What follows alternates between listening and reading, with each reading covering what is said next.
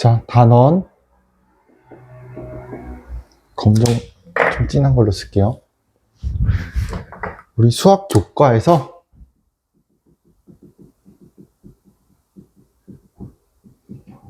과연 좋은 수업이 무엇일까? 요거에 대해서 한번 살펴봅시다. 우리가 수학 교과에서 좋다. 그냥 보통 흔히 아는 건 그거죠. 기계적인 수업? 아니, 그런 게 아니라 뭔가 학생들이 잘 참여할 수 있고 능동적이고 서로 협력하고 의사소통하며 그런 수업들이 다 이제 좋은 수업이 되겠죠. 그리고 교사 중심이 아니라 학생 중심이 되어야 하고 이런 것들이 이제 얘기할 거예요. 일단 요거 볼 때 먼저 간단하게 잠깐 학문 수학이 뭐고 학교 수학이 뭔지부터 한번 비교를 해볼게요. 우리가 일단 먼저 학문 수학이라고 하는 것은 지금 우리가 전공 같은 거, 전공 수학을 우리가 학문 수학이라고 얘기를 하고요. 그러면은 이제 학교 수학은 뭐겠습니까? 초, 중, 고 학생들을 기반으로 해서 우리가 전공 수학은 되게 엄밀성 이런 거 되게 강조하잖아요. 엄밀성 뭐 이런 것 등등등 이런 것들을 강조하는가 한편 학교 수학 같은 경우는 그냥 우리가 직관적인 이해를 하고 가면은 되는 거예요. 그래서 이제 학문 수학과 학교 수학을 이렇게 구분을 할 수 있어야 하고요. 제 단어는 이렇게 붙이지 말고 이렇게 붙일게요. 그럼 결국에는 우리가 수학 교과라고 하는 거에 좋은 수업이 되려면 수학 교과에 대한 특징이 있어야 될 거 아니야?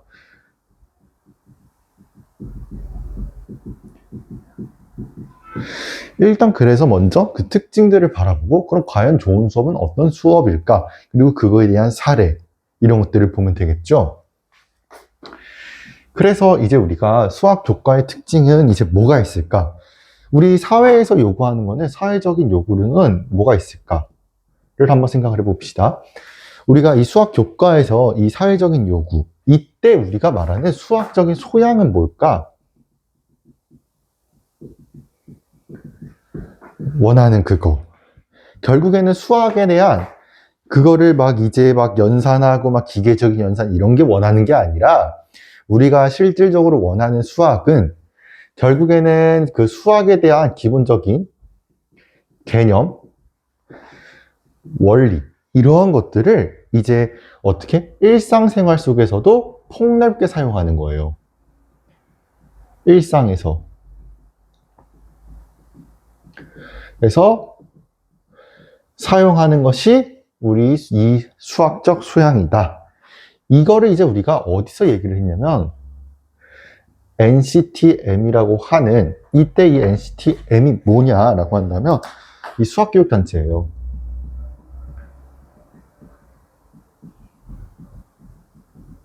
수학교육단체 NCTM에서 우리 이 사회적 요구 그러니까 사회적인 요구에서 결국에는 수학적인 소양은 기계적인 연산 이런 것이 아니라 그 수학에 대한 개념, 원리 이런 것들을 이제 학습을 해서 그거를 폭넓게 일상생활에서 사용을 해라 라고 이야기를 한 거거든요.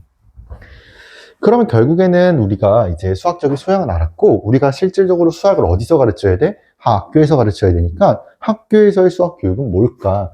그거에 대해서 한번 살펴봅시다. 우리 학교에서의 수학 교육은 뭘까? 그러면 결국에는 수학적으로 우리가 여기서 NCTM에서 학교에서 수학 교육에서 원하는 그게 있어요. 그게 일단 먼저 능숙하게 이제 문제를 해결하는 능력. 그래서 문제 해결 능력이 있고 그 다음에 추론하고 의사소통할 수 있는 능력. 추론하고 이를 토대로 의사소통하는 능력. 그 다음에 우리가 이제 수학적으로 이걸 어떻게 표현을 하고 기호를 어떻게 표현을 하고 이거를 어떻게 해석을 하는지 이런 능력. 그 다음에 우리가 지금 우리가 이제 앞으로 가면서 AI 이런 것들은 더 많이 발전을 할 거야. 그럼 결국에는 우리가 그냥 외워서 끝이 아니라 공학적인 도구를 활용을 할 줄 알아야 돼요. 이게 네 번째. 그리고 결국에는 우리가 결국에는 이 수학에 대한 가치를 음미할 수 있어야 되고 이를 토대로 긍정적인 수학적 태도를 신장하는데, 이런 것들을 토대로 이제 긍정적인 수학적 태도를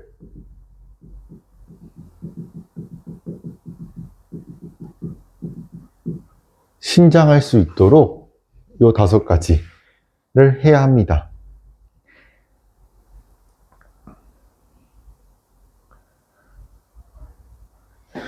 근데 이 수학 교육은 결국에는 이런 것들을 요구를 해요. 막 우리가 이제 능숙하게 문제를 해결할 수 있는 문제 해결 능력, 첫 번째. 그 다음에 추론하고 의사소통할 수 있는 능력. 그 다음에 그걸 표현하고 해석할 수 있는 거. 그 다음에 4번째, 그 가치를 음미해야 되는 거. 그 다음에 5번째, 결국에는 그거를 이제 공학적인 도구를 활용할 수 있어야 되는 거예요. 그게 이제 학교에서의 수학 교육이 NCTM에서 원하는 거예요. 이걸 토대로 긍정적인 수학적 태도를 신장할 수 있는 거예요. 근데 우리가 이 수학이라는 학문이 자연세계의 물리적인 사상을 이상적으로 추상화한 공리 정의를 바탕으로, 말이 너무 어려워. 쉽게 얘기해서 이거야. 이 공리와 정의를 바탕으로 우리 공리는 당연하게 받아들이는 거, 정의는 그냥 수학적으로 내려졌기 때문에 우리가 건드릴 수 없는 거. 그러니까 우리는 수학 같은 경우는 공리나 정의를 이제 다 기반으로 하기 때문에 여기서 이제 막 추론을 하잖아요, 합리적으로. 그래서 결국에는 이러한 이제 서로 상호 관련성이 있기 때문에 결국에는 다른 학문들에 비해서는 인간 사회에 대한 사상, 그리고 이념, 이런 것들 침투하기가 어렵죠. 왜냐하면 이런 것들을 기반으로 하고 있기 때문에. 그래서 우리가 수학 교과의 특징 다시 얘기를 해봅시다. 학문 수학은 그냥 전공 수학인 거고, 학교 수학은 결국에는 직관적인 이해를 하는 거예요. 조, 중, 고 때. 그래가지고 결국에는 우리가 그래? 그러면은 수학 교과에 대한 어떤 특징들이 있을 거 아니야? 그 중에서 우리가 사회가 요구하는 사회적 요구는 뭘까? 수학적인 소양이라고 하는 건 뭐냐면, 수학적인 소양은 결국에는 내가 수학적인 소양은 막 열심히 막 문제 풀고 막 기계적으로 암기하는 것이 아니라 수학적으로 개념과 원리를 이해를 해서 그걸 폭넓게 사용하는 것을 중점으로 두고 있어요. 어디서? NCTM에서. 그럼 결국에는 이 학교에서 내가 결국에는 수학을 가르쳐야 하는 거니까 학교에서의 수학 교육은 뭘까? 결국에는 거기서 요구하는 건 뭐냐면, 일단 우리 학교에서는 막 암기 이런 게 아니라 일단 제일 첫 번째로 문제 해결할 수 있어야 돼. 스스로. 그 다음에 2번째, 이걸 추론하고 의사소통해 봐야 돼. 그 다음 세 번째는 이제 공학적인 도구를 활용할 줄 알아야 돼. 그 다음에 그거를 표현할 줄 알아야 되고 해석할 줄 알아야 돼. 어떤 문제를 보고서. 그다음 5번째, 결국에는 수학적인 가치를 의미를 해서 이런 것들을 토대로 결국에는 긍정적인 어떤 수학적인 태도를 기를 수 있어야 돼. 신장할 수 있어야 해. 이게 이제 학교에서의 수학 교육이야. 근데 이 수학이라고 하는 거는 공리 정의로만 이런 자연 세계에서 갖추고 있기 때문에 결국에는 인간 사상이나 뭐 이런 것들, 이념 투입하기가 어렵다. 라는 거죠. 그래서 요점 정리 여기까지 됐죠. 자, 그러면 이제 우리가 결국에는 근데 수학 공부하는 거 좋아해요? 하면 애들이 다 어떻게 얘기해? 난 별로 좋아하지 않아. 그러니까 이 수학이랑 학생들 사이의 거리가 굉장히 멀어. 그러니까 우리의 목표는 수학과 학생 사이의 거리를 좁혀나갈 수 있도록 해야 돼. 그게 3번째야. 그러니까 우리 수학이랑 학생은 사회적 2m 거리 두기 하고 있단 말이야. 그러니까 우리가 이 거리를 좁혀나갈 수 있도록 줄여야 돼. 우리의 목표는. 이게 우리의 목표야. 그러면은 이 수학과 학생 사이의 거리를 본질적으로 줄이는 것인데, 그러면은 이제 수학을 배우는 이 학생, 같은 말로 학습자라고도 표현을 하죠. 얘네들을 이제 비교를 하고 싶은 거예요. 자, 그러면 일단 우리가 어떻게 해볼 거냐면, 수학이라는 것과 학습자라는 거의 상치성. 말 되게 어려운 표현 하나 나왔죠? 상치성. 어려운 게 아니라 결국에는 우리가 서로 상치한다. 수학이라는 것과 학습자의 태도는 완전히 정반대다라는 거야. 무슨 소리냐면 우리가 이 수학이라고 하는 이 녀석은 어때? 추상성, 되게 추상적이야. 왜 추상성이야? 이런 거 봐봐. 보이지 않는, 우리 눈으로 볼 수 없는 수를 만들고 있잖아. 되게 추상적이야. 그리고 되게 논리성이야. 아, 이등변 삼각형이니까 당연히 밑각의 크기가 같겠지. 왜? 왜 같은데? 결국에는 우리가 왜 같은지는 결국에는 합동 조건을 이용해서 증명하잖아요. 논리성. 그리고 뭔가 또 이제 형식성. 요런 거. 근해 공식 어떻게 됩니까? 그냥 형식적으로 암기해서 하잖아. 근데 이 원리를 이제 하는 논리성도 있는 거고. 아무튼 이런 형식이 딱 정해져 있고 이 형식에 맞게 딱딱딱 해야 되잖아. 결국에는 형식성. 그러니까 이것들은 서로 어떻게 해? 다 수학은 답이 딱 하나로 정해지는 깔끔하잖아. 확실성이 있어. 그러나 이제 학습자 같은 경우에는 어떨까? 학습자의 특성을 한번 비교를 해봅시다. 학습자 같은 경우에는 이제 뭐 구체적이야. 그리고 직관적이야. 그리고 우리 사람은 감정의 동물이에요. F가 들어가야 돼. 감수성이 풍부해야 돼. 감성적이야. 그러니까 이거는 사실상 불확실성이야. 그러니까 확실성과 불확실성이 서로 충돌하는데, 그러니까 상치성이 발생하는데 어떻게 거리를 좁혀나갈 수 있겠느냐. 결국에는 이 상치성에 대한 결과가 뭐겠어? 동그라미 2번이지. 결과는 어떻게 됩니까? 수학?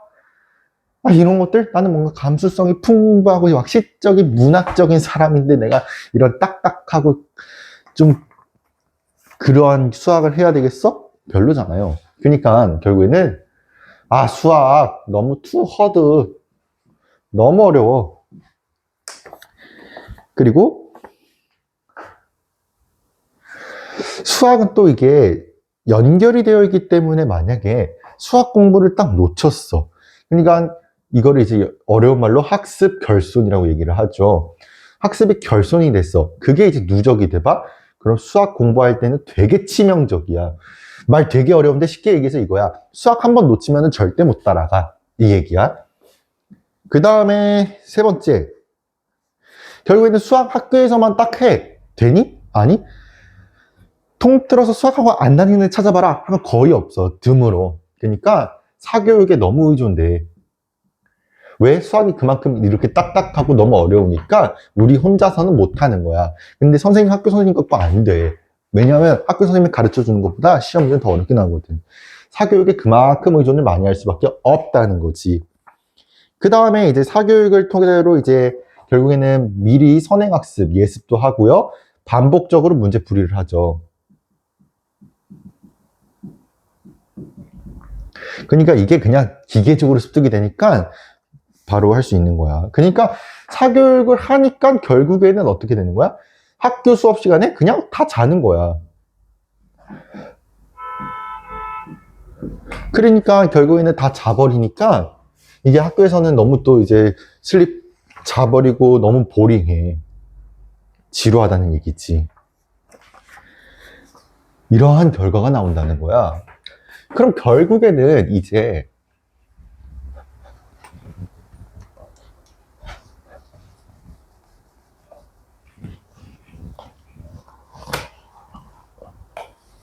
하고 싶은 말은 이거예요. 수학의 학생화를 라는 말이 있고 동그라미 3번까지 4번인가? 3번이지.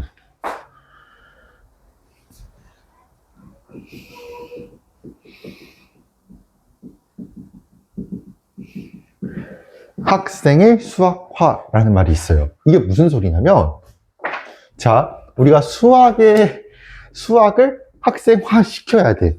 그러니까 이 말이 뭐야? 그러니까 학생 대상으로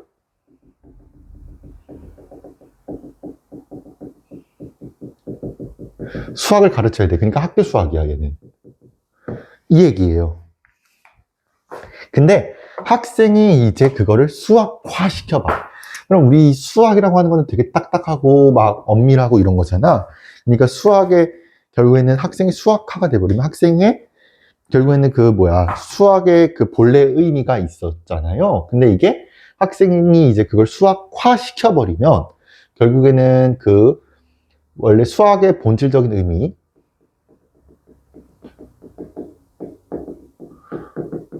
무너뜨림, 엄밀성을 항상 강조하는 수학이 무너진다는 거야.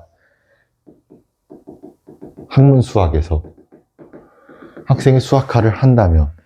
결국에는 학문으로서의 수학과 그 다음에 가르침과 배움을 전제로 하는 교과 내용으로서의 학교 수학으로 구분을 해야 된다는 거예요. 그러니까 즉 결국에는 학문 수학과 하고 싶은 말이 이거야. 학문 수학과 비교를 해야 된다는 거야. 학교 수학을. 어떻게 비교를 해? 학교 수학은 단지 우리가 가르치고 배우는 거고. 학문 수학은 뭐야? 결국에는 그 전공 수학, 엄밀성 강조하고 논리성 강조하는 이런 거를 이제 비교를 해서 잘 구분을 해야 된다. 그래서 우리가 학문 수학에서는 이렇게 이 기호가 뭐죠? 증명. 근데 우리 학교 수학에서는 이제 증명이라는 용어를 쓰긴 하지만 이제 보통은 정당화 아니면 뭐 이제 내가 설명해 줄게 설명 이런 식으로 표현을 하잖아요. 그쵸? 아무튼 결국에는 이 수학의 학생화랑 학생의 수학화를 잘 비교를 해야 돼. 수학의 학생화는 뭐야? 이 수학을 학생의 대상으로 이제 학교 수학을 가르치는 거고, 학생의 수학화는 뭐야? 수학의 본래적인 어떤 그 수학이라는 수학화가 돼버리는데 그 수학이 원래 본래 있는 그 의미가 있었을 거야. 근데 이게 학생이 하면서 이 수학의 본래적인 의미는 무너져야 돼. 가르치고 배움에 초점을 둬야 되기 때문에. 그 얘기예요.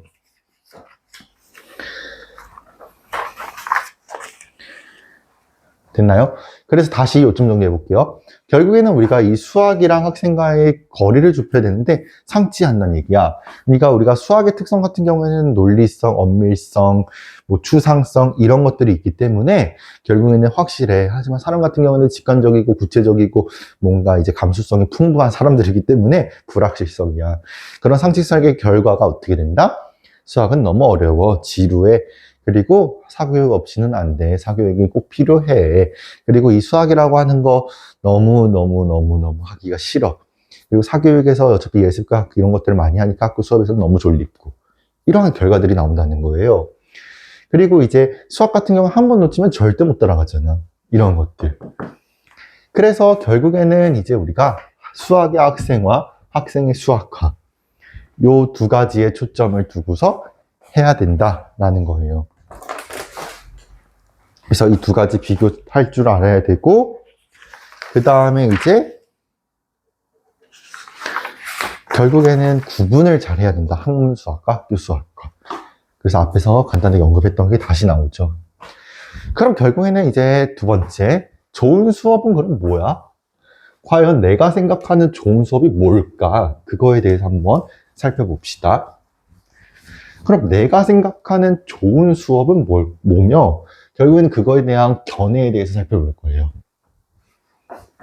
그래서 좋은 수업에 대한 견해.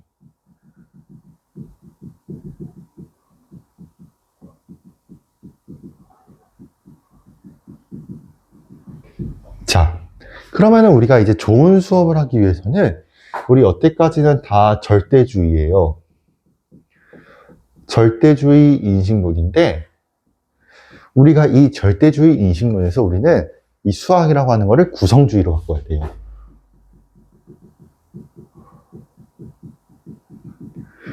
그러면 구성주의라고 함은 결국에는 구성주의는 결국에는 가장 기본적인 것이 경험을 되게 중요시해야 돼요. 경험을 중시해야 돼요. 그러니까 이제 개인이나 집단에서 결국에는 그 경험을 토대로 그거를 학습을 해야 된다는 거예요. 그러니까 결국에는 이 구성주의 같은 경우의 특징 첫 번째가 뭐야? 개인이나 집단 사이에서 결국에는 경험을 중시해야 되는 거고, 두 번째는 결국에는 이 지식은 수동적인 것이 아니라 능동적이다. 능동적으로 구성해야 한다. 이게 두 번째 특징이에요. 그러면은 능동적으로 구성을 하기 위해서 교사는 어떤 역할을 해야 돼? 학습 조력자의 역할을 해야 돼. 그러니까 막 교사가 혼자서 수업하는 뭐 그런 것이 아니라 좀 기다려주고 해야 된다는 거예요. 그래서 이제 교사의 역할은 학생들이 능동적으로 지식을 구성을 해야 된다 했으니까 학생들이 주도해서 결국에는 학생들이 어떤 개념을 탐색을 하고 이제 스스로 이해를 할 수 있도록 결국에는 이 둘의 어떤 관련성을 잘 설명을 해줘야 돼요. 그리고 이제 이런 것들을 잘 할 수 있도록 그러니까 이런 것들을 잘 할 수 있도록 어떤 환경을 만들어줘야 되냐면 총체적인 환경을 조성해줘야 돼요. 그러니까 다시 결국에는 이 교사라고 함은 능동적으로 구성을 해야 돼. 학생들이 지식을, 경험을 중시하니까 구성주의는. 그러니까 이제 교사는 학생들이 뭔가 개념을 잘 탐색하고 형성할 수 있도록, 잘 이해할 수 있도록 그거 관련성 있게 얘기해줘야 되고, 결국에는 그러한 어떤 총체적인 환경을 만들어줘야 한다. 라는 거예요. 그러면은 좋은 수업에 대해서 결국에는 구성주의 인식론을 기반으로 하고 있잖아요. 그럼 여기서 두 번째, 그럼 진정한 학습이라는 것은 뭐야? 진정한 학습, 그러니까 진정한 학습이라고 하는 거는 어떻게 해야 좋은 수업이 돼? 그렇게 좋은 수업을 하기 위한 어떤 학습 단계는 뭐야? 이걸 물어보는 거거든요. 결국에는 우리가 이제 학생들이 중심적으로 학생들이 해결할 수 있어야 돼. 그러니까 어떤 문제 상황을 확실하게 파악할 수 있어야 돼. 그러니까 학생들이 문제를 파악을 해야 돼. 근데 이때 교사가 다 해주는 것은 아니라 교사는 약간의 도움은 줘도 돼. 교사 아니면 뭐 주변 지인들 도움은 이거는 가능이야. 근데 결국에는 학생이 결국에는 문제를 파악할 수 있어야 돼. 그리고 우리가 수학 같은 경우에는 다 연결이 되어 있기 때문에 선행 지식을 미리 지식을 하나 배웠으면 이 지식을 활용을 해서 어떻게 해야 돼? 문제를 해결할 수 있어야 돼. 그리고 세 번째, 그리고 우리가 한 문제를 보더라도 여러 가지 방법으로 풀어야 되잖아. 그러니까 우리가 다양한 풀이 방법이 존재해. 다양하게 풀이를 한번 해봐야 돼. 방법으로. 다양한 풀이 방법을 적용해서 풀어보는 것 또한 되게 중요해요. 그랬을 때 이 해결 활동과 관련된 이러면서 결국에는 또 새로운 지식을 습득할 수 있는 거고. 됐나요? 그래서 우리가 진정한 학습이라는 거는 뭐냐면, 결국엔 교사는 이제 약간의 도움을 줄 수는 있어. 결국에는 학생들이 확실하게 그 어떤 문제를 해결할 수 있어야 되고, 문제를 파악할 수 있어야 돼. 학생들이 무조건.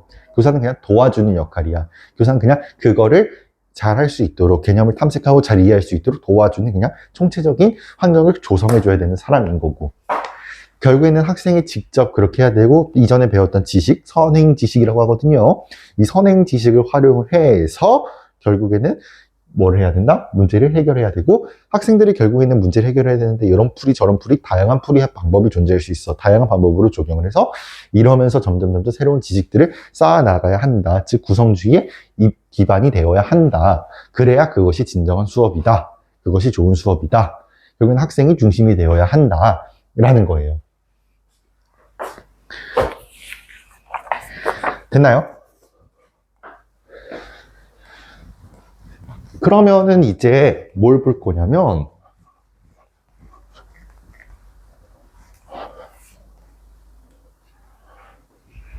이제 요걸 한번 볼게요.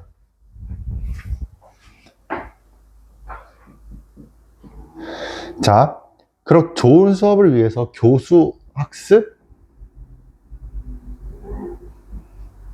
관점의 변화.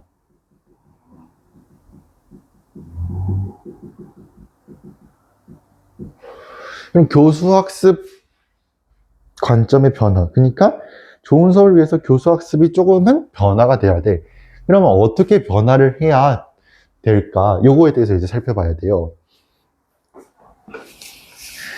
자, 우리가 그냥 기존은 교사 중심의 강의식 수업이었어. 그리고 강의식 수업을 하는 것이 아니라 어떻게 변화해야 되겠어? 뭔가 학생들이 실제적으로 경험을 쌓고 귀납적이고 실제적인 수업으로 변화해야 되겠구나 라고 이해할 수 있겠죠. 그 다음 이제 두 번째는 결국에는 그냥 학생들의 그냥 수동적으로 자리에 앉아있고 정보를 듣고 정보를 받고 그냥 정보를 외우는 수동적인 학생들이 있다면 학생들이 지식을 스스로 능동적으로 구성을 해야 되니까 능동성 있게 변해야 되겠죠. 학생들이 적극적으로 참여를 해야 한다라는 거예요. 그 다음에 그냥 반복시켜 구문학습이야. 이러지 말고 우리가 학생들이 좀 더 생각할 수 있도록 사고력을 좀 증진시킬 수 있도록 그러니까 사고력을 강조해야 돼. 사고력을 강조하려면 결국에는 수학에 대한 개념과 원리를 정확하게 알아야 돼요. 그럼 네 번째 볼게요. 결국에는 수업 시간에 교과서와 권장 도서를 읽는 시간. 그러니까 교과서만을 활용을 해. 그럼 안 되고 다양한 자료 적극적으로 활용을 해야겠지요. 그 다음에 이제 다섯 번째는 결국에는 모든 교과 영역의 많은 학습량을 교사가 직접 간단히 다루기. 이게 뭔 말이지? 많은 학습량을 결국에는 교사 혼자서 다 많은 학습량, 그러니까 많을 다자야. 많은 어떤 학습량을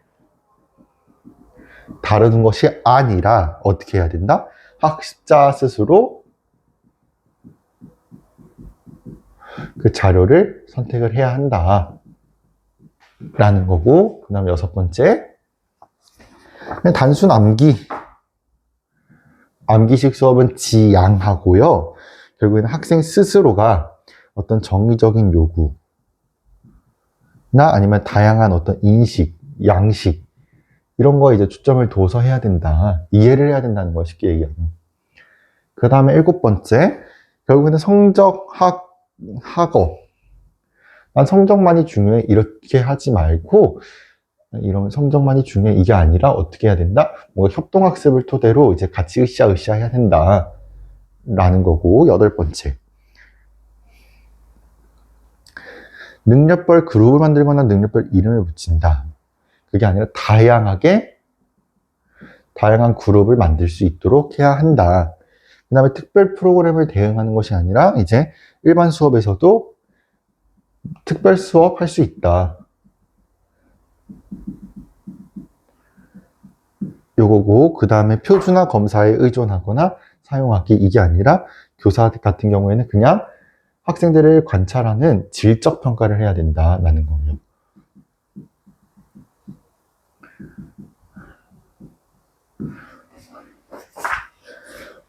또 이거 외워야 되잖아. 다시. 결국에는 교수학습의 변화가 필요해. 그럼 어떻게 해야 교수학습이 변화가 될까? 이거에 대해서 이제 생각을 해봐야 되는데, 일단 첫 번째, 우리가 그냥 강의식 수업이 아니라 학생들이 능동적으로 뭔가 참여하고 실제적이고 귀납적이고 그런 수업이 형성되어야 한다. 그게 첫 번째예요. 그 다음에 수동적인 것이 아니라 능동적이 돼야 되는 거고, 그 다음에 이제 세 번째는 반복학습 이런 것이 아니라 학생들이 직접 생각해보고 사고력을 늘릴 수 있도록 개념과 원리를 강조해야 된다라는 거. 그 다음에 교과서만 보는 것이 아니라 다양한 자료 활용을 해봐야 된다. 그 다음에 교사가 많은 학습량들을 학생들에게 그냥 가르쳐 주는 것이 아니라 학생들이 스스로 그 지식을 구성해 나갈 수 있도록 자료를 탐색해 본다. 그리고 많은 암기를 요구하는 것이 아니라 수학은 거기서 이제 필요한 요구, 정의적인 요구라고 하죠, 그거를. 정의적인 요구가 뭐고, 그거에 대한 인식, 양식, 이런 것들이 최대한 잘, 쉽게 얘기하면 이걸 그냥 이해해 본다라고 표현을 하면 좋을 것 같아요. 이해하는 게 중요하다라는 거. 그 다음에 성적에 대해서 너무 집착하지 말고 같이 협동학습해서 둘 다 서로가 으쌰빠쌰 하자라는 거. 그 다음에 다양한 그룹, 그러니까 소그룹 이런 것이 아니라 능력별 그룹을 붙인다 이렇게 되어 있는데 다양한 그룹에다가 해줘야 되고 일반 수업에서도 결국에는 특별활동 적용할 수 있고 교사는 질적 평가를 해야 된다. 즉 학생들을 관찰해야 한다라는 거까지 했습니다. 이게 간단한 배경이었고 우리가 결국에는 요점 정리 간단하게 해봐야 되겠어요.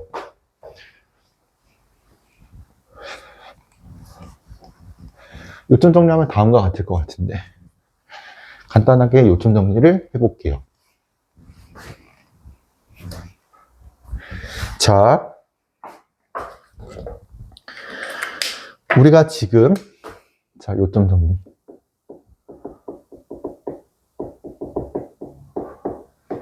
우리가 지금 뭐 하고 있습니까? 좋은 수업.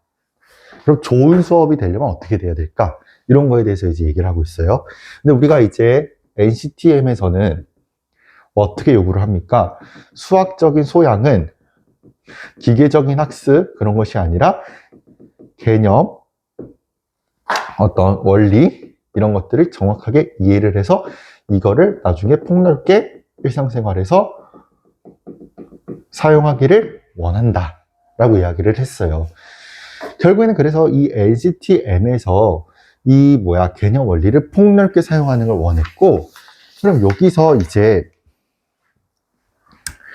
학교에서의 수학 교육은 뭘까? 이걸 얘기를 했죠. 학교에서 수학 교육 어떻게 시켜야 돼? 학생들이 이제 문제를 해결할 수 있도록 문제 해결 능력, 그리고 이제 추론하고 의사소통할 수 있어야 되고, 그 다음에 이 추론과 의사소통 할 수 있어야 되고, 당연히. 그리고 이제 그 어떤 기호를 표현할 줄 알아야 되고, 해석할 줄 알아야 되고. 그리고 이제 결국에는 어떤 수학의 가치를 의미해야 되고, 그 다음에 하나 빠졌지. 공학적 도구.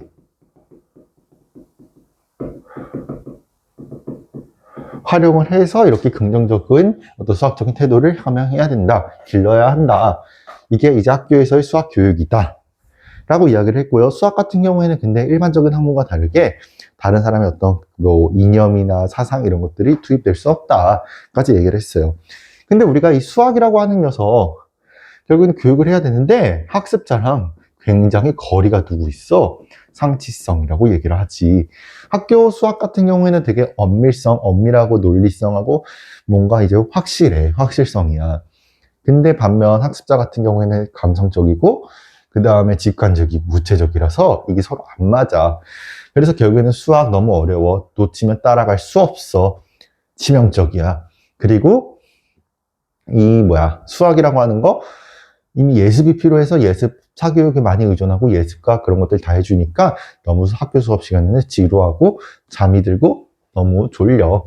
그러니까 결국에는 우리가 이제 수학화, 그러니까 학생의 수학화랑 결국에는 학생의 수학화, 수학의 학생화랑 학생의 수학화 두 개를 비교했어요. 학생의 수학화는 학생 수학화. 그러니까 이 수학의 본질적인 의미가 무너져. 학문 수학이. 근데 이제 수학의 학생화는 이 수학을 학생화 시키는 거니까 학교 수학처럼 만들어 버린다는 거야. 그러니까 결국에는 우리가 학교 수학과 학문 수학을 비교를 할 수밖에 없다 라는 거죠. 그래서 그러면은 결국에는 이런 NCTM에서 원하는 건 이거니까 우리가 어떻게 좋은 수업에 대한 어떤 견해를 잠깐 얘기를 해보면 우리는 뭘 받아들여야 한다? 그렇지. 구성주의. 구성주의는 결국에는 학생들이 경험을 해야 되고 결국에는 지식을 능동적으로 구성을 해야 되고 학생이 중심이 되어야 돼. 교사는 옆에서 그냥 도와주는 역할 정도만 해야 돼. 그리고 그런 어떤 개념과 원리를 잘 탐색하고 이해할 수 있도록 교사는 옆에서 그냥 총체적인 어떤 환경만 잘 조성해주면 돼. 이게 이제 원하는 바거든. 이게 요거잖아. 그치? 그러면 결국에는 이 구성주의로 하여금 진정한 학습을 시키고 싶은 거야. 그러면 진정한 학습을 하려면 어떤 게 필요할까? 학생이 결국에는 직접 그 문제를 파악할 수 있어야 되고 확실하게 파악을 할 수 있어야 돼. 그게 첫 번째야. 교사의 도움 살짝 받아도 되고 그 다음에 이전에 배웠던 선행 지식 활용을 해서 새로운 문제를 해결할 수 있어야 되고 그 다음에 이제 다양한 어떤 방법을 적용을 해서 우리가 이 다양한 방법을 토대로 결국에는 이 새로운 문제를 해결할 수 있어야 돼. 새로운 지식을 쌓을 수 있어야 해. 그럼 결국에는 우리가 이제 교수학습의 변화가 좀 필요한데, 옛날이랑 지금이랑 좀 다르니까 진정한 학습이 이거야? 그러면 교수학습에 대한 변화가 필요한데, 그 변화로 일단 능동적인 그게 돼야 되고, 학생들이 스스로 참여할 수 있어야 되고, 강의식 수업 이런 것이 아니라 학생이 직접 그거를 참여하면서 학생이 직접 그거를 탐색하고 실제적이고 귀납적이고 경험적인 그런 수업이 되어야 한다라는 거. 그 다음에 결국에는 이 교사가 많은 지식들을 가르치는 것이 아니라 많은 지식들을 가르치는 것이 아니라 학생들이 스스로 개념을 이해하고 능동적으로 뭔가 할 수 있도록 해야 되는 거고, 그 다음에 이제 교과서만 하는 것이 아니라 다양한 자료를 활용을 해야 되는 거고, 그 다음에 교사는 이제 질적 평가를 해야 되는 거고, 그 다음에 관찰하면서, 그 다음에 이제 또 못 빠졌지? 그냥 무작정 암기하는 것이 아니라 정의적인 필요한 것이 뭔지 그런 것들이 잘 이해를 해야 되는 거고, 그 다음에 결국에는 반복학습 이런 게 아니라 학생들이 그 개념을 잘 이해할 수 있도록 개념과 원리, 그런 사고력을 증진시켜줘야 되는 거고, 성적에 너무 부담 갖지 말고 협동해야 되는 거고, 일반 수업에서도 특별 수업을 다 적용시킬 수도 있는 거고, 여기까지 이야기를 한 거예요. 그래서 요점 정리하면 이거야. NCTM에서는 결국에는 수학적인 소양, 기계적인 학습이 아니라 학생들이 그 개념을 정확하게 이해하고 암기하는 것이 아니라 원리를 이해를 하는 것이야. 그래서 이를 폭넓게 사용하는 거야. 그러니까 결국에는 학교에서의 수학 교육은 어떻게 이루어져야 된다? 학생들이 결국에는 학생들이 문제 해결할 수 있어야 된다. 추론하고 의사소통이 되어야 된다. 그리고 이제 추론하고 의사소통이 되면서 결국에는 표현하고 해석할 수 있어야 되고, 수학적인 가치를 의미해서 긍정적인 수학적인 태도를 신장을 해야 한다. 이게 NCTM에서 원하는 거니까 우리는 구성주의를 받아들여야 한다. 근데 일단 우리가 구성주의를 하기 위해서 그 전에 수학이랑 너무 거리가 두고 있어. 학습제랑 상치성이야. 수학에서는 이제 논리성, 엄밀성 그런 것들을 너무 강조하는 확실성이라면, 우리는 감성적이고 그런 거니까 너무 불확실성이야. 구체적이고 절대적이니까. 그러니까 결국에는 이런 상치성의 결과가, 우리 수학이라고 하는 건 너무 어렵고 지루하고 예습이 반드시 필요하고 놓치면 따라하기가 어려워. 그리고 우리가 그래서 수학은 구성주의로 가야 돼. 절대주의가 아니라. 구성주의는 경험, 학생이 지식을 스스로 구성할 수 있어야 돼. 학생이 지식을 스스로 만들어내고 결국에는 문제 해결할 수 있어야 해. 이거거든. 그럼 결국에는 구성주의를 기반으로 하여금 결국에는 교사 같은 경우에는 그냥 조력자의 역할을 해야 돼. 즉 그게 무슨 소리야? 개념, 원리 이런 것들을 잘 탐색할 수 있도록 교사는 그것들을 이제 잘 할 수 있도록 그런 총체적인 환경을 만들어줘야 돼. 그럼 결국에는 그런 것들을 구성주의를 기반으로 진정한 학습을 시키고 싶은데, 진정한 학습은 뭐냐? 학생들이 결국에는 그 문제를 해결할 수 있어야 되는 거고, 그 다음에 이제 학생들이 선행 지식을 활용을 해서 결국에는 문제 해결을 할 수 있어야 되는 거고, 그 다음에 이제 다양한 방법을 적용시켜서 결국에는 학생들이 그 다양한 풀이 방법을 토대로 이 학생들이 뭘 할 수 있다? 새로운 지식을 구성해 나갈 수 있다. 그러니까 교사학적 변화가 일어나야 되는데, 강의식 수업이 아니라 학생들이 이제 능동적이고 뭔가 경험을 해야 되고 실제적이고 기납적인 수업이 필요하다. 두 번째는 뭐냐면, 결국에는 이 교사가 많은 양의 지식들을 다 가르쳐 주는 것이 아니라 학생들이 그 지식을 스스로 선택할 수 있도록 해야 된다. 그 다음에 이제 암기 이런 것이 아니라 학생들이 그 정의적인 요구, 그런 것들을 이해할 수 있어야 된다. 정의적인 요구, 인식, 양식을 이해할 수 있어야 된다. 그 다음에 교과서만 보는 것이 아니라 다양한 자료를 활용해야 된다. 일반적인 수업에서도 특별 수업 적용해야 된다. 교사는 관찰 학습을 해야 된다. 결국은 학생들을 관찰하는 질적 평가를 해야 된다.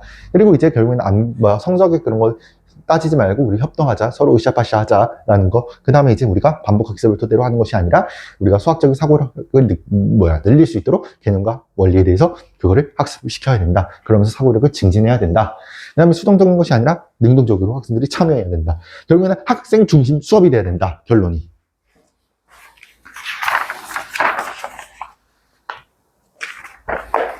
그러면 이제 좋은 수업에 대한 의미가 정확하게 뭘까? 그거에 대해서 살펴보고, 그 다음에 좋은 수업은 의미를 살펴보고, 그거에 대한 판단할 수 있는 그 좋은 수업에 대한 기준이 뭘까? 지금은 어떻게 보면 하나의 배경을 본 거고. 그래서 그거를 한번 살펴봅시다.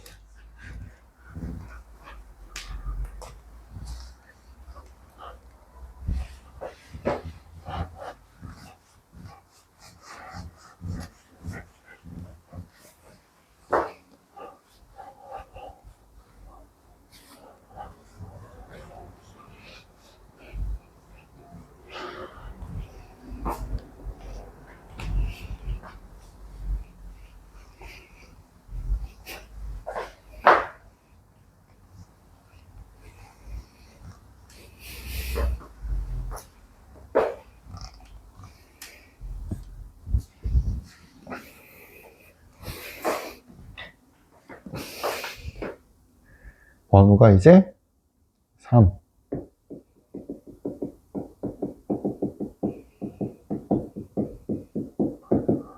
좋은 수업의 의미가 뭘까?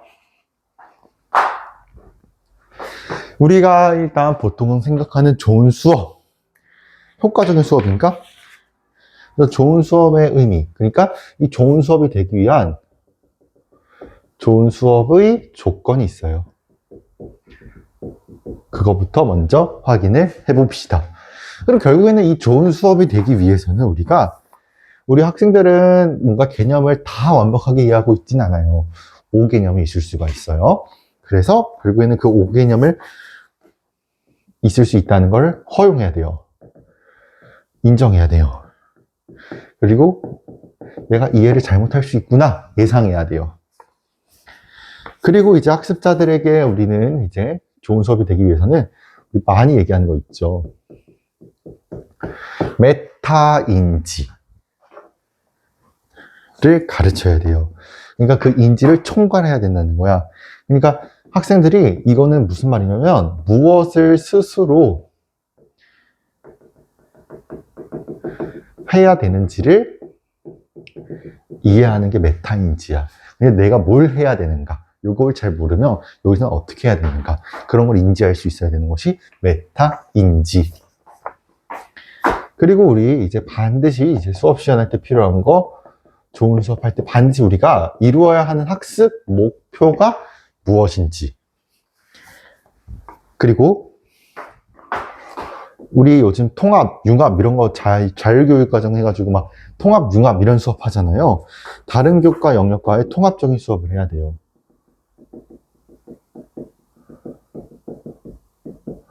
통합적인 수업을 해야 되고, 그 다음에 5번째, 이 평가를 토대로 결국에는 교사 자신들의 수업 반성과 같은 능동적인 교사의 특성. 그러니까 평가를 토대로 내 수업에 대해서 뭔가 좀 이게 문제구나, 교사 수업에 대해서 반성을 하는 능동적인 교사의 특성을 지녀야 합니다. 자, 다시 좋은 수업에 대한 조건이 되려면 우리 학생들 당연히 5개념 가질 수 있고 5개념 허용할 수 있어야 되고 예상할 수 있어야 돼요. 그 다음에 이제 2번째는 우리 이제 학생들에게 메타인지 전략을 알려주는 거예요. 그러니까 학생들이 스스로 뭘 해야 되는지를 알 수 있게끔 인지시켜야 되는 거, 메타인지 전략. 그 다음에 3번째는 학습 목표 제시해야 되는 거고요. 다른 교과와의 어떤 통합적인 수업을 해야 되고, 평가를 토대로 내가 여기서 조금 문제가 있구나, 자기 반성을 토대로, 교사의 어떤 수업 반성을 토대로 결국엔 능동적인 교사 특성을 가져야 한다. 그게 좋은 수업의 조건이 된다 라는 거죠. 그러면 결국에는 이제 우리가 이 어떤 학자가 나와요. 브로피. 요 사람이 나오는데, 이 브로피라고 하는 이 사람은 결국에는 좋은 수업은 사실상 같은 교과목 수학이어도 좋은 수업은 다 누구에 따라 결정된다? 교사에 따라서 결정이 된다. 교사에 의해서 이게 달라진다라는 거예요. 그러니까 이제 교사는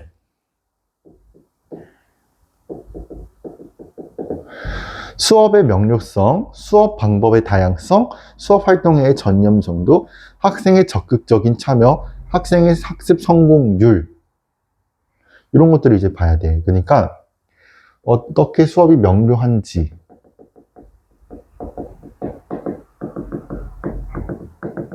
그리고 수업 방법도 여러 가지 방법들이 있잖아.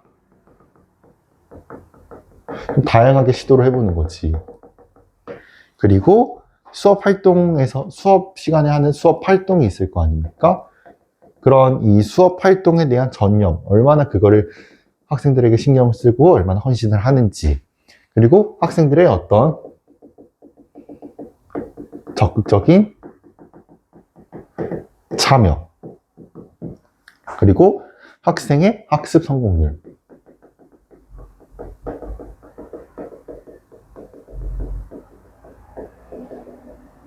이런 것들을 이제 잘 따져가야 돼. 그럼 교사는 어떻게 행동을 해야 될까? 교사는 어떻게 행동하면 됩니까? 학생들의 견해, 기여. 학생들이 얼마나 어떻게 생각을 하는지, 학생에 대한 견해, 그리고 얼마나 그거를 이제 기여를 하는지, 이런 것들을 이제 활용을 해야 되겠지요. 그리고 체계화된 요약 정리.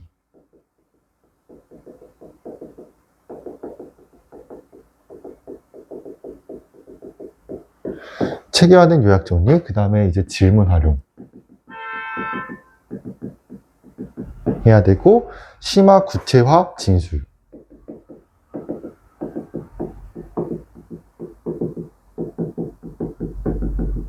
그리고 결국에는 교사가 수업에서 보여주는 태도.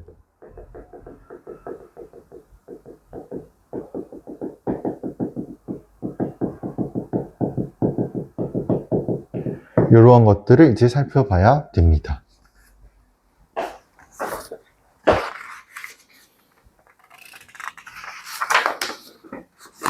자, 그래서 다시 우리가 이제 그 브로피라고 하는 사람은 좋은 수업은 결국에는 교사에 의해서 결정이 되는데, 이때 교사는 어떻게 해야 되냐면 수업이 얼마나 이제 명료한지, 그러니까 수업에 대한 어떤 명료성을 보여야 되는 거고, 그 다음에 수업 방법도 여러 가지 방법들이 있어요. 뭐 모든 활동, 토론 학습, 뭐 플립드 러닝, 뭐 이런 거 되게 많은 다양한 방법들이 있고, 그 다음에 수업 활동에 얼마나 교사가 그 수업에 대해서 그걸 많이 신경을 쓰는지 전념 정도를 확인을 해봐야 되고, 학생들이 참여할 수 있도록 수업을 구성을 해야 되고, 그 다음에 학습 성공률이 올라갈 수 있도록 교사는 그렇게 해야 된다라는 거죠.